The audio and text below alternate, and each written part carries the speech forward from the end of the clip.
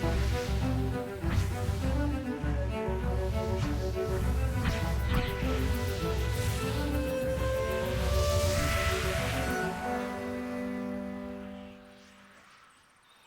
me présente, Charles Bender. J'appartiens à la nation Huron-Wendat. Bienvenue à ce deuxième épisode de la série documentaire 8e Feu. Dans cette série de 4 épisodes, on tente d'examiner comment nos deux peuples pourraient mieux s'entendre. Je le sais ce que vous pensez, détrompez-vous. L'idée n'est pas de vous culpabiliser pour les 500 dernières années, mais bien de vous démontrer qu'il est dans l'intérêt de tout le monde de corriger le tir pour mieux affronter l'avenir ensemble. Tenez-vous bien, l'heure qui suit est remplie de surprises, de francs-parler et puis d'une touche d'humour.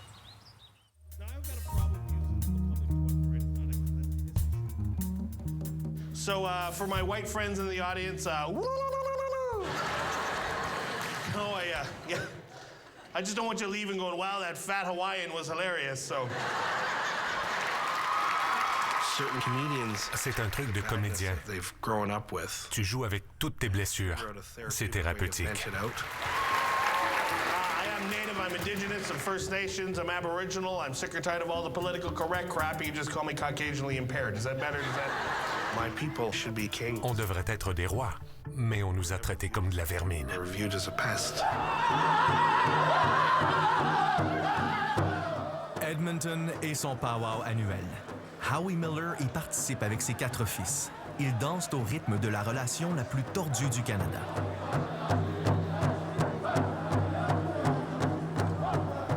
You should go in there and do your own dancing. La maman, Jen Houseman, était la petite amie de Howie au secondaire. Elle est blanche. Howie, lui, a été élevé comme un blanc par ses parents adoptifs. There was always a part of me that didn't know Je ne savais pas d'où je venais, qui étaient les miens. who my people were. Et Tyson, son fils, se pose maintenant les mêmes questions. My oldest son, he moves out to Vancouver, right? He graduated, he goes, I'm gonna move to Vancouver and be an actor, right? So he moves out there. He's there for like all of like a month, basically, right? Phones me up a month later, says, hey, I did an audition just out of the blue, and I got a part. I was like, well, what is it, right? Would you, like a commercial or something, or is it a theater play? He goes, no, I play Quillatera in the Twilight movies. I'm Quillatera. You guys want to meet him? Do you guys want to meet him? Ladies and gentlemen, my oldest son, Tyson Houseman. Hello, everybody. Hi. How's it going? C'est quelque chose d'avoir joué dans les 4 Twilight. Toutes les préados du monde ont craqué pour cette meute de loups aux gueules romantiques. Tous beaux, tous jeunes, tous autochtones. You too? Yep. Finally made the pack. À Edmonton, c'est l'histoire du gars de la banlieue qui a trouvé le succès et s'est trouvé lui-même. Growing up, I knew absolutely nothing about my identity. J'ai grandi sans rien connaître de mon identité. I heard their stories of their lives, and Mes grands-parents étaient blancs. J'étais dans la culture canadienne. all I had was Canadian culture. There was no specific. Je ne connaissais rien d'autre. Il n'y avait pas de culture autochtone. There was no Aboriginal culture. Je savais que j'étais autochtone, mais ça ne voulait rien dire pour moi. Like I knew that I was Native, but I didn't really understand what that meant.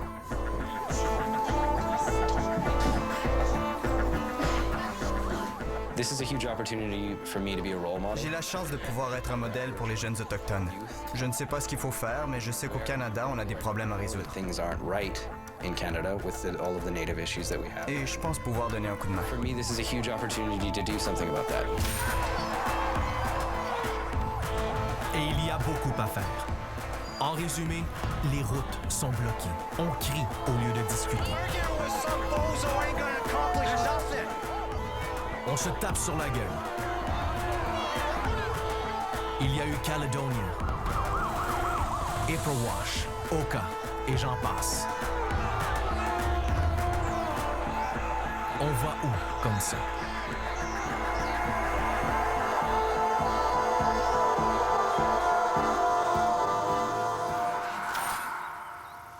Entre nous, là, qu'est-ce qui s'est passé? Où est-ce qu'on a pris le mauvais tournant? Il me semble qu'au début, quand les colons sont arrivés, les indigènes étaient plutôt accueillants. On n'a pas crié « Sauf qui peut, les Blancs arrivent ». Au contraire, ça allait plutôt bien entre nous. On faisait même affaire ensemble. C'était le début du commerce de la fourrure et le commerce de la fourrure a donné naissance au Canada. En l'honneur de l'harmonie qui régnait entre nos peuples, les Amérindiens avaient créé une ceinture de wampum, qui, dans la culture autochtone, est un traité de paix, tissé de perles. 2 canaux, voguant sur une rivière, chacun suivant sa route, mais avançant côte à côte. Les Anglais et les Français, eux, nous ont proposé des traités remplis de belles promesses. Les indigènes seront traités avec respect. La reine d'Angleterre promet même au cri générosité et bonté, rien de moins. Et nous, les Autochtones, on y a cru. On se voyait déjà invités à la table des Blancs. Mais ça s'est pas passé tout à fait comme ça. Les Blancs ont eu une place à la grande table. Les Premières Nations, eux, ont eu les restes. Au menu, la peste et le whisky. Pour nos parents, nos grands-parents, les pensionnats, où ils se sont fait agresser, pour leur bien, pour tuer l'Indien en eux. Pourquoi les choses ont si mal tourné? Il serait peut-être temps qu'on s'en parle. Le Waniskewin Heritage Center en banlieue de Saskatoon. Un groupe de gens qui ne se connaissent pas, une séance de thérapie. Dans le groupe, des gens de tous les milieux. Les Autochtones croient encore que la société leur doit quelque chose. Ce soir, ça nous permet de mettre tout ça dans un contexte. Et ça aussi, c'est important parce qu'il y a une démarche intellectuelle à faire. Ils demandent quelque chose et ils l'ont tout de suite. On les fait vivre. Qu'est-ce qu'ils veulent de plus? Well, good evening, everybody. Welcome to Waniskewin. Bonsoir, bienvenue à Waniskewin. Je suis John Lagimodière. Ce soir, je vais vous parler des enjeux autochtones en Saskatchewan. Depuis 14 ans, ma compagnie, la ACS, Aboriginal Consulting Services, conseille les entreprises qui veulent engager des Métis ou des Autochtones. Imaginez le travail. Tous les jours, affronter ces préjugés qui ont miné notre relation. Peu importe à qui je parle, je dis la même chose, de la même manière. Je suis aussi direct, aussi honnête que possible. Mes ancêtres sont arrivés au Cap-Breton les mains vides en 1799. Depuis, 8 générations plus tard, personne de ma famille, à ma connaissance, n'a reçu d'aide sociale. C'est différent. En quoi? On parle de petits groupes qu'on a installés dans des réserves. Ils n'avaient même pas le droit d'en sortir. Tout était dirigé de l'extérieur. Ils étaient voués à la pauvreté. Selon John, la vie des ancêtres de Robert n'était pas réglée au détail près par une loi spéciale. La loi sur les Indiens de 1876, qui régit toujours la vie dans les réserves, est fidèle à la volonté de John A. Macdonald de se débarrasser du système tribal et d'assimiler les Indiens. Chapitre 26. Il ne sera pas permis d'apporter de matière enivrante. Il y avait plein de détails. Interdiction des cérémonies traditionnelles. Interdiction d'embaucher des avocats. Interdiction de fréquenter les salles de billard. Et même interdiction de se plaindre. À qui se plaindre? Au député fédéral? On n'a pas eu le droit de vote avant 1960. À l'agent indien? Il travaillait pour le gouvernement. Vendre une vache ou ta récolte? Ça prenait un permis. Il contrôlait notre économie. Et si le chef de bande se plaignait, hop, à la porte. Et tout ça, c'était dans la loi. Se parler, c'est bon. Et justement, la Cour suprême du Canada nous a fourni une sorte de canevas de discussion. Dans la Constitution canadienne, l'article 35 stipule que les droits existants des Autochtones, qu'ils soient ancestraux ou issus de traités, sont reconnus et confirmés. Et ça, la Cour suprême l'a répété encore et encore. Si vous avez un projet de développement sur les territoires autochtones, il faut consulter, il faut accommoder. C'est pas un droit de veto, mais ça veut dire il faut qu'on se parle et tout le monde y gagne. Exemple. Jusqu'à tout récemment, tout le monde se fichait des Lillois de la Colombie-Britannique. On bâtissait sur leur terre sans demander la permission. Jusqu'au jour où on a décidé d'inviter la planète à Whistler. Le paysage de la chaîne côtière demeure inchangé depuis les Olympiques de 2010. Mais au sein des communautés autochtones, les changements sont remarquables. Les Jeux olympiques ont débarqué à Whistler. Et tout à coup, on s'est mis à écouter les Autochtones qu'on ignorait depuis des générations. Avant les Jeux, on n'avait de rapport avec personne. Lucinda Phillips, la chef des Lil'wat, s'est retrouvée au cœur de l'action. Sa nation a été dotée d'un centre culturel flambant neuf. Et sur l'autoroute qui mène à Whistler, on annonce « Vous traversez les territoires autochtones ». Et ça continue. Les relations et les négociations se sont améliorées, je dirais, de 75%. On nous reconnaît enfin.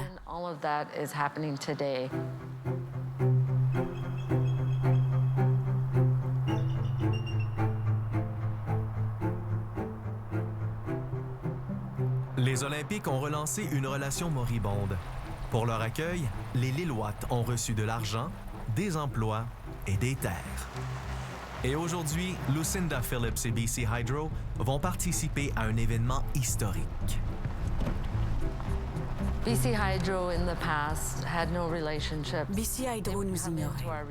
Ils venaient dans notre réserve, ils montaient leurs poteaux, leurs lignes de transmission. Ils faisaient ce qu'ils avaient à faire, mais ils ne nous parlaient pas. Ils ne nous disaient pas ce qu'ils faisaient. On recevait une facture d'électricité, c'était tout.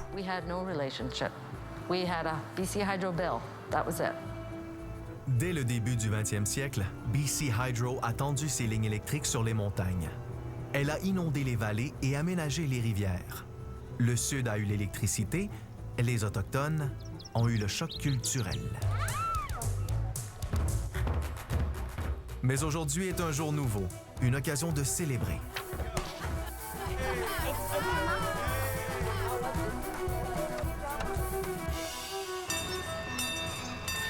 Les représentants de BC Hydro et du gouvernement viennent de fêter une entente. I'm still waiting for Chief Pat and Chief Perry. And one signature from Shelley. Lucinda et les autres chefs accordent à BC Hydro la permission de construire une éventuelle nouvelle ligne. En retour, ils reçoivent 210 millions de dollars et des promesses de contrats, d'emploi et de formation.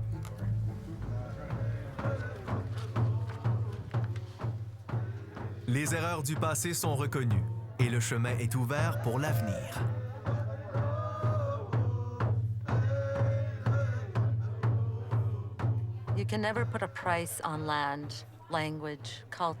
Notre terre, notre langue et notre culture ne sont pas à vendre.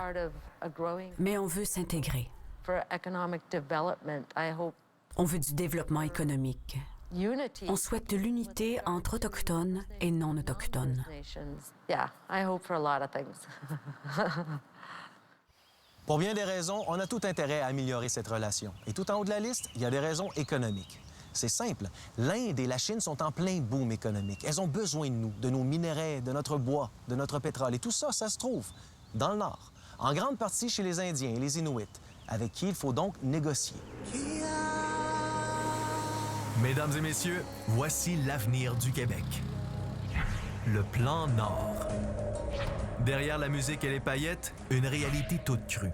Au Québec, comme au Canada, la croissance se trouve là, au nord du 49e parallèle. Le plan Nord est un accord créé par le gouvernement de Jean Charest et 4 groupes autochtones.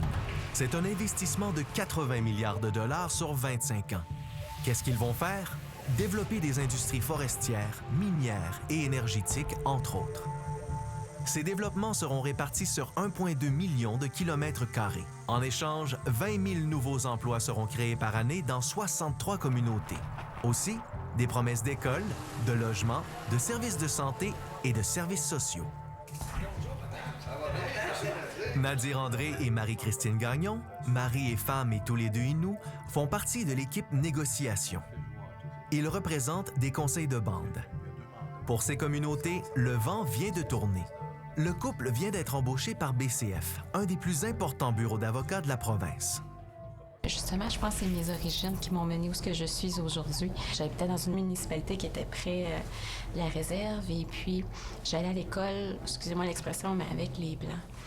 Donc j'écoutais des choses comme des commentaires raciaux, des choses un peu négatives par rapport aux Autochtones. Alors, j'étais comme à cheval sur deux cultures et puis je voulais comprendre, je voulais savoir c'est quoi, pourquoi ces deux cultures-là s'affrontent comme ça.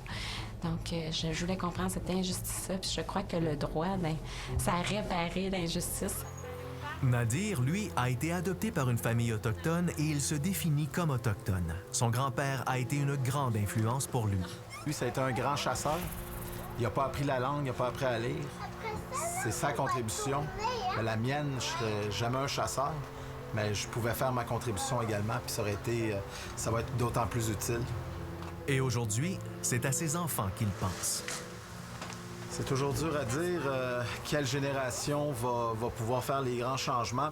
On va essayer de leur donner encore des meilleurs outils que ce qu'on a pu nous-mêmes recevoir. Puis c'est à eux de prendre la décision s'ils vont continuer à mener le combat de la survie des peuples autochtones ou s'ils vont simplement s'intégrer dans la société canadienne. On va leur donner le choix, puis ça sera eux à décider. Économie, pétrole, projet Nord, des milliards par-ci, des milliards par-là, tout ça, c'est bien beau, mais en quoi ça va changer la vie des Autochtones? Qu'est-ce qui va changer pour tous ces jeunes qui n'ont pas fini leurs études et qui vivotent chez eux, dans la réserve ou en ville? C'est la population la plus jeune. C'est la population aujourd'hui la plus vulnérable. Et ils veulent réussir, mais ils veulent réussir à leur façon, comme vous voulez réussir de votre façon. C'est crucial pour le Canada. Maintenant, il y a des énormes économies qui sont là. Et nous sommes 34 millions de personnes, en concurrence avec des pays comme la Chine et l'Inde qui dépassent le milliard. On ne peut pas gaspiller un talent. Les Péganes, une famille de Regina. Le taux de natalité des Autochtones est 6 fois plus élevé que celui des non-autochtones. Quand les Péganes seront plus vieux, 1/3 de la population de la Saskatchewan sera autochtone. Get our pictures done. Mom. Our found pictures. Mommy, do we go get dressed now? Wash up first. Les enfants Péganes auraient pu gaspiller leur talent eux aussi, mais leur mère a dit non à la fatalité. On a abusé de moi, j'ai abusé. C'est le cercle vicieux. L'histoire de Vanessa est une série de clichés. Parents alcooliques, enceinte à 16 ans, enceinte à 17 ans, décrochage scolaire, conjoint violent. Jusqu'au jour où elle a décidé qu'il fallait que ça change.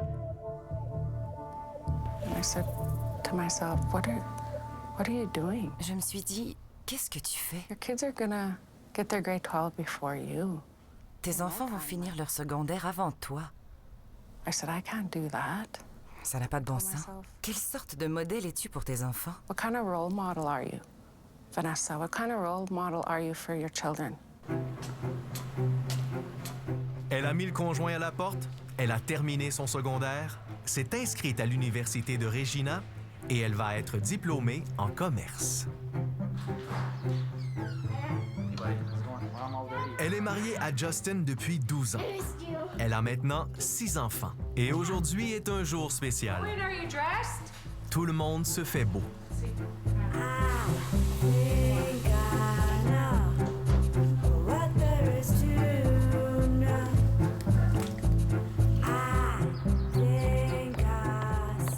C'est le jour de la photo de famille. Vanessa lui a déjà réservé une place dans son album. Mais ce ne sera pas une photo de famille ordinaire. L'image aura ce petit côté branché qui caractérise l'œuvre de Nadia Kwandi-Benz.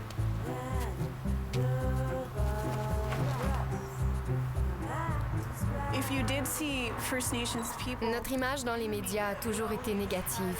Je me suis dit, je suis une artiste, je peux changer ça.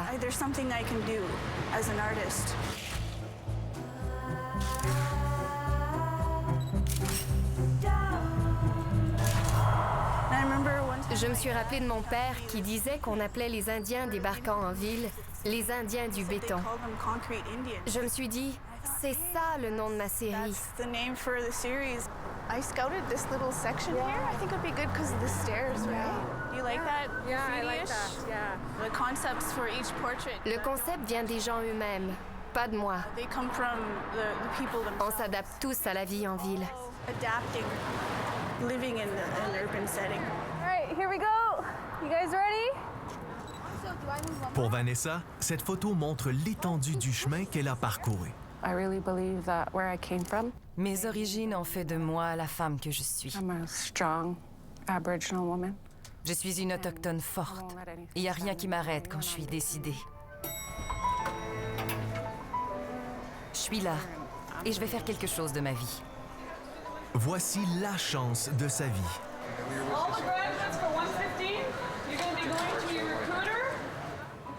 Inclusion Works, l'inclusion, ça marche. C'est le nom d'une foire de l'emploi pas comme les autres. Des centaines de diplômés autochtones ont été amenés à Montréal aux frais des plus grandes entreprises du Canada. Une scène inimaginable il y a 20 ans. Les lois de l'économie et de la démographie ont parlé. La relation doit changer. Une surprise totale pour cette mère de 6 enfants. Je ne m'attendais pas à ça. Je pensais qu'on m'apprendrait comment me comporter en entrevue.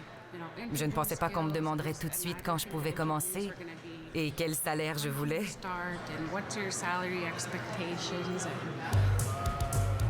Le 3e jour, la plupart des diplômés à qui nous avons parlé ont reçu une offre d'emploi.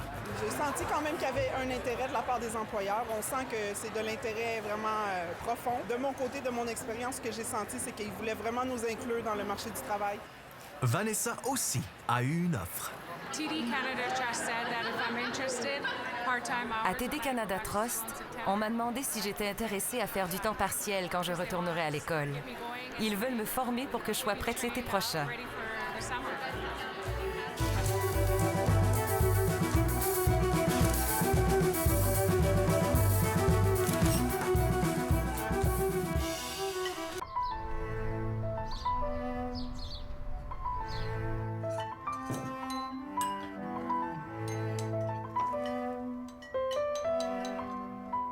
De plus en plus, au menu des repas chez Howie, les questions autochtones. Plus jeune, tu nous parlais des réserves. J'en revenais pas. Des réserves. Ça a tellement pas de bon sens. Son fils, Todd, est inscrit en études autochtones à l'université et ça ajoute du piquant au repas. Mais ces gens ne se sont pas envolés, ils sont toujours là. En grandissant, tous les garçons se sont intéressés à leur histoire, à leurs origines. Le thème du jour, l'ignorance qui sabote la relation. À l'école, les cours d'histoire et de sociaux commencent toujours avec les débuts de la colonisation. Il faudrait que ce soit enseigné partout pour combattre l'ignorance. J'en fais une blague. Je dis que le taxi, c'est gratuit pour nous. Dans des autos de police. Et il y a toujours un jeune dans la salle qui va dire « Ah, le taxi est gratuit pour eux. Pourquoi ils retournent pas chez eux alors? » Dans son cours de sensibilisation, John Lagimodière s'attaque aux préjugés comme celui qui veut que tout soit gratuit pour les Indiens. On va commencer avec les taxes, qui paye quoi et où. Pour ça, il faut parler des Indiens et du statut d'Indien en prenant l'exemple de la Saskatchewan. Mais d'abord, nommez-moi 10 taxes. Allez, on va s'amuser. C'est assez compliqué. En Saskatchewan, les Indiens payent des taxes et des impôts, sauf s'ils travaillent pour un conseil de bande. Ils achètent hors réserve, ils payent la taxe. Ils achètent de la bière ou des cigarettes dans la réserve, ils payent une taxe au conseil de bande. Et moi, eh bien, je paye des impôts. Je paye aussi des taxes. Les taxes de vente, les taxes foncières, les taxes scolaires. Par contre, c'est vrai, si j'habitais dans une réserve, j'aurais peut-être pas à payer toutes ces taxes. Pourquoi? Ça remonte à loin, au traité que nous avons signé pour le partage de nos terres. Et ça fait partie de l'histoire canadienne. C'est aussi une des choses qui nous distingue des Américains. Eux, ils ont eu les guerres indiennes. Ça leur a permis de filmer plus tard des centaines de westerns. Au Canada, le scénario a été complètement différent. Il faut savoir que, par exemple, la Nouvelle-France existe parce qu'il y a commerce des fourrures. Ça va... Et donc, on a besoin d'une participation des Autochtones. On a besoin de respecter leur mode de vie parce que c'est eux qui sont les intermédiaires en matière économique. Voici un symbole de ce moment clé de l'histoire canadienne. Une ceinture wampum montrant comment les Autochtones voyaient le traité de Niagara. on y voit deux partenaires puissants et égaux, liés par des chaînes. Ce traité est toujours célébré. Le jour anniversaire du traité, une police montée vient donner 5 $ à tout le monde dans la réserve. Pourquoi? Parce que c'est ça qui avait été négocié. Tu serres la main de la police, tu peux te payer un café double et un beigne. Évidemment, les Autochtones ignoraient le concept d'inflation. Les 5 $ n'ont jamais été indexés. Heureusement, les chefs avaient fait d'autres demandes. Les traités n'ont pas été improvisés. So I'm going to put you folks in a bit of the Indians' moccasins here. Essayez de vous mettre dans les mocassins des Indiens de 1870. Que pensez-vous qu'ils ont demandé à la couronne? Qui peut me donner 10 choses? I will be duly impressed. L'éducation. That's right. Ils ont accepté de partager leurs terres en échange de quelques droits. Logement, éducation, soins de santé. And I got to cut right to the chase. Venons-en aux faits. La couronne a dit... Ce qu'on leur a pris, c'est justement ce qu'ils demandaient. Exactly. We negotiate a treaty. On négocie un traité avec eux. Et là, la petite lumière s'allume. On réalise ce qu'on a accepté et comment ça s'est passé. Là, on allume. That starts to flip on the lights.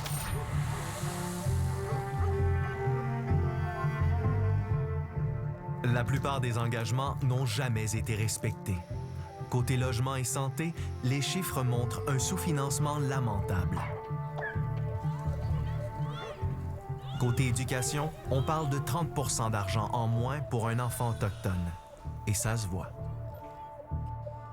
Il faut dire qu'un Autochtone ne reçoit par capita beaucoup moins d'argent pour son éducation primaire ou secondaire qu'un non-autochtone. Lorsqu'on parle de la prévention dans le bien-être social, ils reçoivent beaucoup moins. Lorsqu'on parle de la santé, ils reçoivent beaucoup moins. Le problème qui existe, c'est que le stéréotype, c'est qu'on leur garoche de l'argent par la fenêtre, mais la vérité, c'est qu'il y a une discrimination dans l'éducation et dans la santé, dans le bien-être social, en comparaison avec les non-autochtones. Dans l'histoire des relations entre Autochtones et non-Autochtones, il y a un sujet qu'on évite d'aborder. Un sujet sombre. Une tache noire dans l'histoire du pays. Mais pour aller de l'avant, il faut bien savoir d'où on vient, non? Des excuses, c'est déjà un bon début. Je me lève aujourd'hui pour présenter nos excuses aux anciens élèves des pensionnats indiens. Le traitement des enfants dans ces pensionnats est un triste chapitre de notre histoire. Je regardais ça à Saskatoon. Harper commence à parler. Plus un bruit. Pin drop. Stands up. Next thing you hear. Puis ça renifle. Ça pleure. Il y a des gens qui s'en vont. C'est trop pour eux. Ils pensent à l'impact que ça a eu sur leur famille. On ne veut pas être des boucs émissaires. On n'est pas responsable ici de ces présumés, pas atrocités, disons, de ces mauvais traitements, de cette incompréhension des Premières Nations. Je ne dirais pas présumé. Il y a eu des mauvais traitements. Et les pensionnats, ça a toujours un impact, non? Il faut sortir de ça si on veut avancer comme société. Il faut qu'on arrête de traîner ce boulet. On ne va pas dire à un Juif, « OK, reviens-en. L'Holocauste, oublie ça. Il est temps d'aller de l'avant. » En fait, oui, tu peux aller de l'avant, mais ça reste en toi. Alors, on va en parler tant que ce ne sera pas réglé. Je ne laisserai pas tomber, parce que c'est pas réglé. That's why I'm not going to get over it, because it's not fixed yet. Is that we're going to talk about residential school, and we've done 2 days. L'école secondaire de Port Perry, en Ontario. Nancy Hammerstrahl assène quelques vérités à ses étudiants de 12e année. 5 and 60% between the ages of 5 and 10. On parle de l'Holocauste, donc on parle de ce qui s'est passé en Allemagne. Alors pourquoi pas parler de ce qui s'est passé au Canada? Difficile de croire que votre gouvernement arrachait des enfants à leurs parents pour les mettre dans des écoles spéciales. Pourquoi?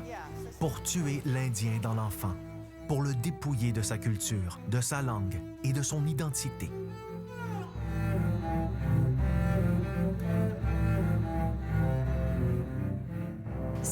étonnant que chaque année que je donne ce cours, il y a à peine 2 personnes qui sont au courant de ce qui s'est passé, et encore là, ils ne savent pas toute l'histoire. Alors quand j'explique en détail, alors là, ils sont choqués, émus et blessés. Ils ignoraient que des enfants de leur âge avaient subi de pareilles horreurs, qu'ils avaient souffert de faim et de solitude, que ça a duré le temps de 7 générations, de 1870 à 1970.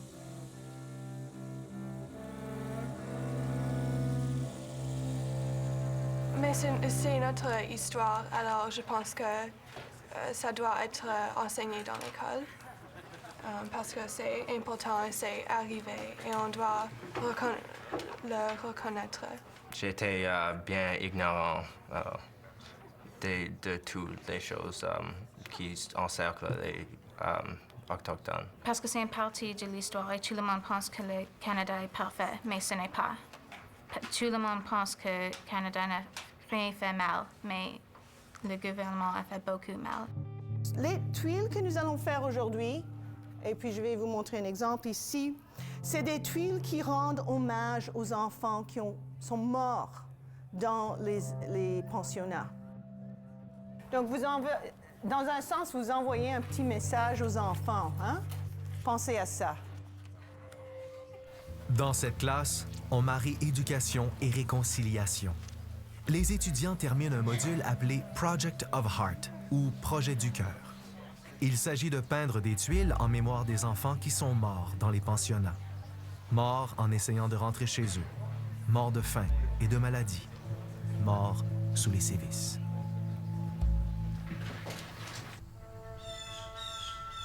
Un passé sinistre revient à la surface. Difficile à croire. Chez nous, au Canada, des enquêteurs cherchent des tombes d'enfants disparus.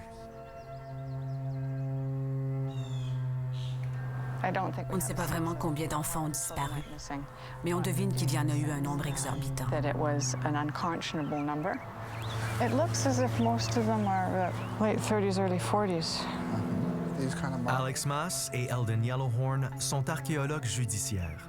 Ils fouillent le cimetière du pensionnat de Mission, en Colombie-Britannique. We've noticed that this is one of the more unusual headstones. Alex travaille pour la commission de témoignage et réconciliation sur les pensionnats. Une partie de son mandat est de découvrir ce qui est arrivé aux enfants disparus. It's very unusual to have the marbles. I wonder if those marbles belong to the child. Or to their friends, yeah. That's odd. It's odd. Beaucoup d'entre eux reposent au fond de fosses anonymes. I imagine that there are a number of children buried here that we don't know about. L'école est fermée, mais des fantômes la hantent encore. So how old were you when you first came to this school? I was 7 years old. 7 years old? Yeah. I think that part was where the shower was. Pour Dolores Adolphe, la volonté de tuer l'Indien chez l'enfant a souvent tué l'enfant lui-même. When we used to get up at night, looking for which way home was, there was 4 people walking this way with a little casket. And they were bringing it into the graveyard because they didn't want anybody to know what was going on. Because there's a lot of babies in here.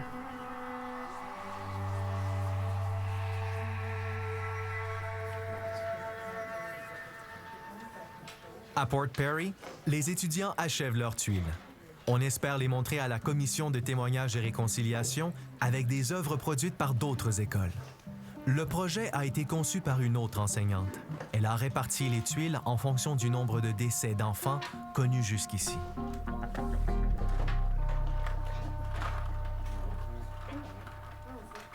Combien d'enfants est-ce qu'il y a dans l'école? 1200. Ce que nous avons ici, c'est 600 tuiles. Alors imaginez si cette petite population de 9e et 10e année était coupée en moitié. C'est vraiment dramatique.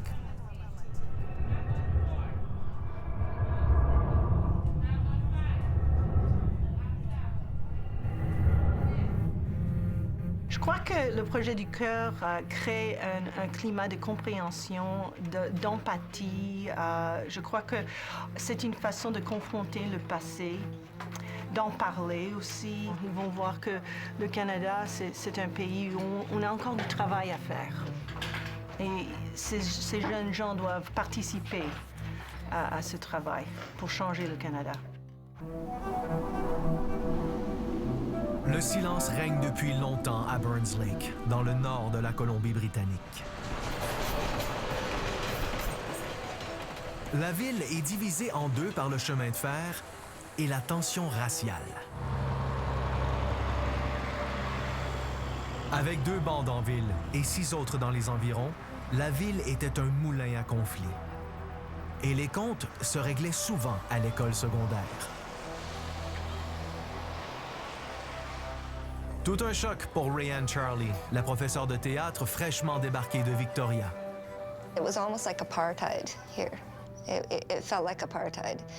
C'était presque comme l'apartheid. C'était les Autochtones d'un bord, les Blancs de l'autre. Tu sortais quelque part, tu allais au restaurant ou danser, et c'est là que ça te frappait. Mais personne ne faisait rien. Personne. C'était une marmite prête à déborder. Oui, l'air était lourd à Burns Lake. Lourd de silence, de tensions jamais résolues. Jamais un mot, par exemple, à propos de la tribu des Cheslatans. En 1953, on les a chassés de chez eux du jour au lendemain. Pourquoi? Parce que la luminerie Alcan avait besoin d'électricité pour sa fonderie. Un peuple qui vivait de la terre forcé à vivre de l'aide sociale. Sa culture, noyée sous 140 pieds d'eau.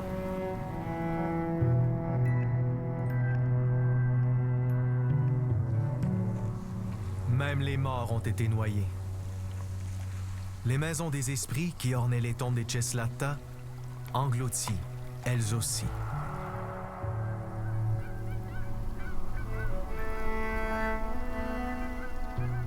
Et un jour, la bulle de silence a éclaté. It's the time now to pull those stories up. C'est le temps de ressortir toutes ces histoires. Il y en a partout au Canada. Il faut que les Canadiens sachent, parce qu'ils ne connaissent pas la vérité. Tant qu'ils ne la connaîtront pas, ça va être facile de continuer à nier. Then it's too easy not to look. It's too easy to stay in denial.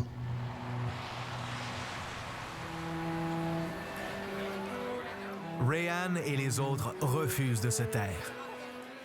Et on dirait que ça marche. À l'auditorium de l'école, Burns Lake est là dans toute sa diversité. Welcome everyone to our first annual Indigenous Festival of the Arts.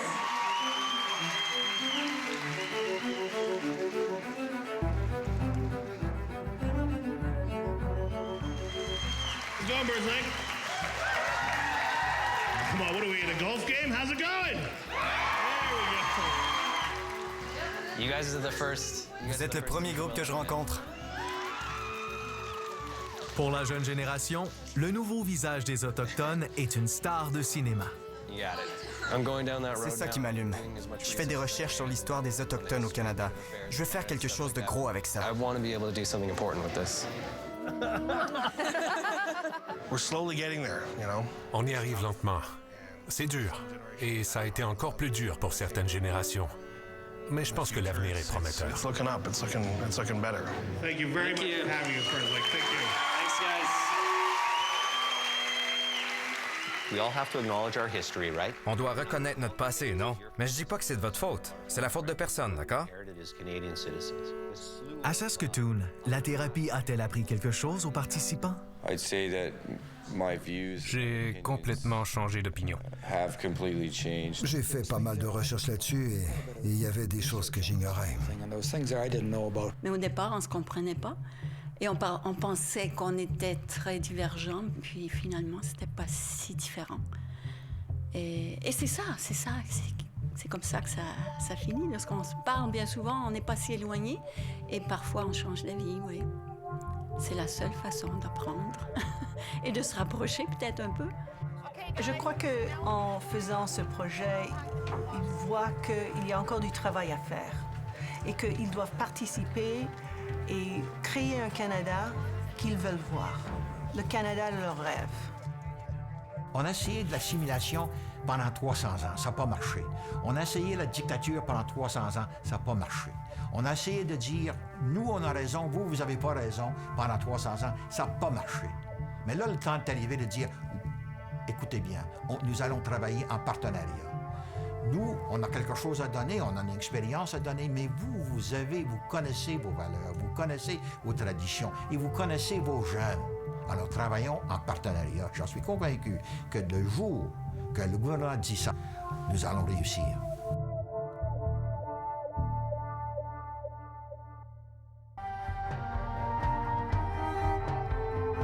Quand j'enseigne ce cours sur les écoles, sur les pensionnats, les enfants sont chargés d'émotions.